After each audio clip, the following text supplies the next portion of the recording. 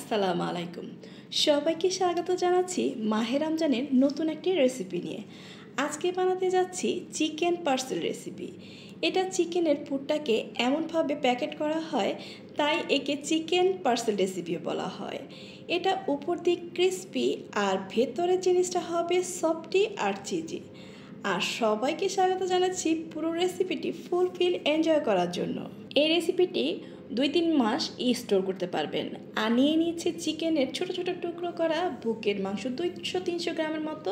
এখন দিয়ে দিচ্ছি 1 চামচ চিলি ফ্লেক্স, মরিচের ফাঁকি হাফ চামচ, গোলমরিচের গুঁড়া হাফ চামচ আর জিরার গুঁড়া হাফ চামচ, আর আদা রসুন বাটাও হাফ চামচ করে। একটুখানি টক দই দিয়ে দিচ্ছি প্রায় 1 টেবিল চামচ, দিয়ে এখন ভালো করে মাখিয়ে নিব।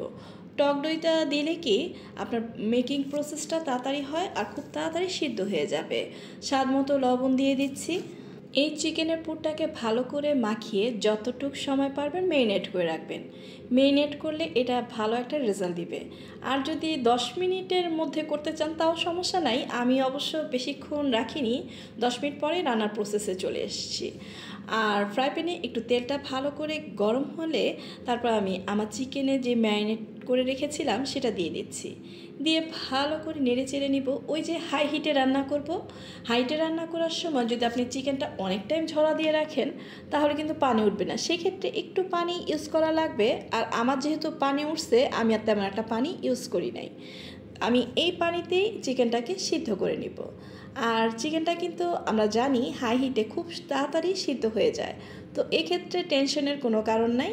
চিকেনটা এই ফাঁকে সিদ্ধ হয়ে যাবে। পানিটা যখন একটু কমে আসবে তখন আমি আস্তে আস্তে যে আমার আলাদা সবজিগুলো আমি কেটে রেখেছি সেগুলো একটা একটা করে অ্যাড করব। বিশেষ করে প্রথমে দিয়ে দিচ্ছি 1 কাপ, মানে 1 বাটি ভরে ভরে পেঁয়াজ কুচি দেওয়ার পরে ওই যে আমি একটু গাজর গ্রেট করে দিই, কারণ তাহলে আমার পুরটাও বেড়ে যায় আর খাওয়ার সময় আসলেই খুব ভালো লাগে। ঝালটা তেমন একটা লাগে না যেহেতু আমরা একটু স্পাইসি করছি। আর আমার যারা ভিউয়ার্স তারা যদি ঝাল একটু অ্যাভয়েড করতে চান আমি বলবো যে কাঁচামরিচটা একটু অ্যাভয়েড করবেন। কারণ আমার কাছে তেমন একটা ঝাল লাগে নাই, কিন্তু আপনারা যদি মনে করেন না বেশি ঝাল লাগতেছে তো একটু কাঁচামরিচটা অ্যাভয়েড করবেন। আর দিয়ে দিচ্ছি ক্যাপসিকাম কুচিটা দিলে অনেক সুন্দর একটা ফ্লেভার পাওয়া যায়। আর যেহেতু এখন বাজারে স্প্রিং অনিয়ন মানে পেঁয়াজের কলি পাওয়া যাচ্ছে সেটা দিয়ে দিচ্ছি, দিয়ে ভালো করে নেড়ে চেড়ে দিচ্ছি। আর শীতের সবজিগুলো দিয়ে আমি তো বলছি খুব সুন্দর মজাদার, মানে খুব সুন্দর করে স্ন্যাক্সগুলো পুর বানানো যায়। তো অন্য সময় যদি না পাওয়া যায় তো আপনি স্প্রিং অনিয়নটা অ্যাভয়েড করবেন। আর কাঁচামরিচ কুচি দিয়ে দিয়েছি কারণ আমি একটু ঝালঝালি করব, কিন্তু আসলেও খাওয়ার সময় কিন্তু তেমন একটা ঝাল লাগে নাই। তো আপনারা যার যার সমস্যা ঝালে কাঁচামরিচটা অ্যাভয়েড করবেন। এই ফাঁকে আমাদের পুরটা হয়ে গিয়েছে। এখন নামানোর পরে যখন একটু ঠান্ডা হয়ে আসবে তখন আমি 1 বাটি ভরে ভরে চিজ গ্রেট করা দিয়ে দিচ্ছি। আপনি ইচ্ছা করলে পরও চিজের স্লাইস অ্যাড করতে পারেন। আমি চিজটা এরকম গ্রেট করা দিচ্ছি, এটা মজারেলা চিজ দিয়ে ভালো করে একটু নেড়ে চেড়ে নিচ্ছি। এটা দেওয়ার পরে যখন আমরা ভাজবো তখন চিজটা গলে যাবে আর খাওয়ার সময় প্রত্যেকটা বাইট জাস্ট ওয়াও হবে। এখন এটাকে এক সাইডে রেখে চলে যাচ্ছি আমি যেই ব্যাটারটা গোলাচ্ছি সেটা হচ্ছে আমার আটার কাজ, বাইন্ডিংয়ের কাজ করবে। একটু পানি দিয়ে আটা দিয়ে গুলিয়ে নিচ্ছি। ভালো করে মিক্সচার করবেন জানি কোনো দানাদার অংশ না থাকে। এখন এটাকে এক সাইডে রেখে আমি যে ব্যাটারে জিনিসটা ডিপ করব সেটা আবার গুলে নিচ্ছি। সেটাও একই নিয়মে একটু আটা দিচ্ছি বা ময়দা দিবেন, যেটাই হাতের কাছে অ্যাভেলেবেল থাকে সেটা দিয়ে একটু পানি দিয়ে গুলিয়ে নেবেন। একটু লবণ দিচ্ছি, একটু শুকনো মরিচের ফাঁকি মানে ওই যে চিলি ফ্লেক্স সেটা দিচ্ছি, আর একটুখানি ধনিয়া পাতা দিচ্ছি জানি খুব সুন্দর একটা কালার আসে। দিয়ে ভালো করে নেড়ে চেড়ে মিশিয়ে এক সাইডে রেখে দিব। আজকে চিকেন পার্সেলের রেসিপিতে আমি যে শিটগুলো ইউজ করছি এটা আমার হোমমেড শিট।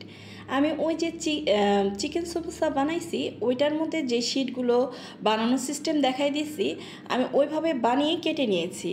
আর কিনারের অংশগুলো তো মানে বলবো আর কি, সেগুলো তো ভাজলে আগেই খাওয়া হয়ে যায়। তো এভাবে একটা মাপ দিয়ে কেটে নেবেন। আর আমি যেভাবে স্কিনে দেখাচ্ছি সেইভাবে মানে আপনারা আঠাটা মানে দিয়ে আপনারা ফোল্ড করবেন, যে সেটাকে কিভাবে দিচ্ছি জায়গায় জায়গায় সেটা একটু দেখবেন, খেয়াল করবেন। ঠিক সেইভাবে দিয়ে ফোল্ড করবেন। আর চারিপাশেই এই আঠাটা লাগাতে হয়, না হলে কিন্তু আপনার সুন্দর করে জিনিসটা বাইন্ডিংয়ের কাজ করবে না। আর ভালো করে মেকশিওর করবেন যেন কোনো অংশে কোনো ফাঁক না থাকে, তাহলে কিন্তু সেদিক দিয়ে তেল ঢুকে যাবে। দেখুন আমি কিভাবে করছি, স্ক্রিনে দেখানো এই নিয়মে আমি করছি। এখানে কিন্তু কোনো জায়গায় কোনো ফাঁক ফোকর নাই। তো একটা আমি দেখিয়ে দিচ্ছি, আর আপনি কি করবেন, হাতে নিয়ে দেখবেন কোনো জায়গায় ফাঁক আছে কিনা, সেই জায়গায় আবার একটু আঠা দিয়ে বাইন্ড করে দিবেন।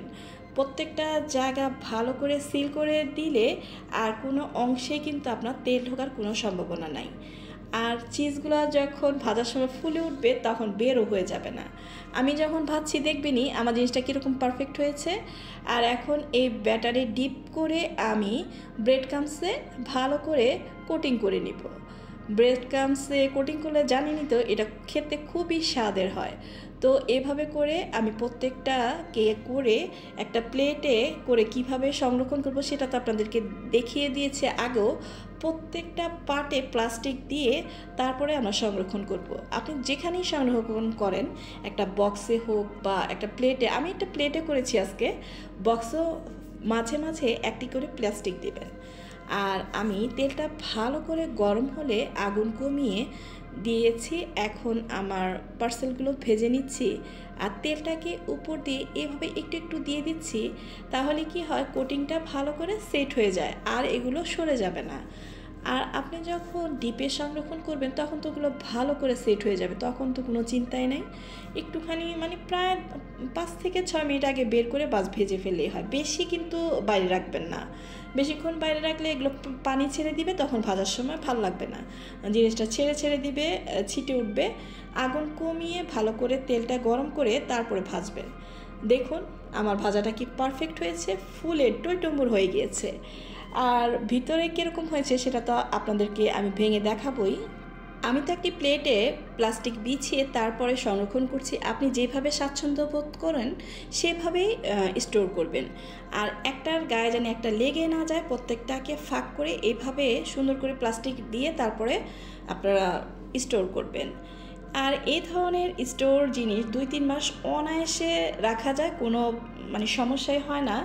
ইফতার আইটেম বলুন, স্পেশাল ডে বলুন, অথবা অতিথি আপ্যায়ন, এটি একটি মজাদার আইটেম যা বানিয়ে আপনি আপনার পরিবার পরিজনকে, গেস্টকে খুশি করতে পারবেন।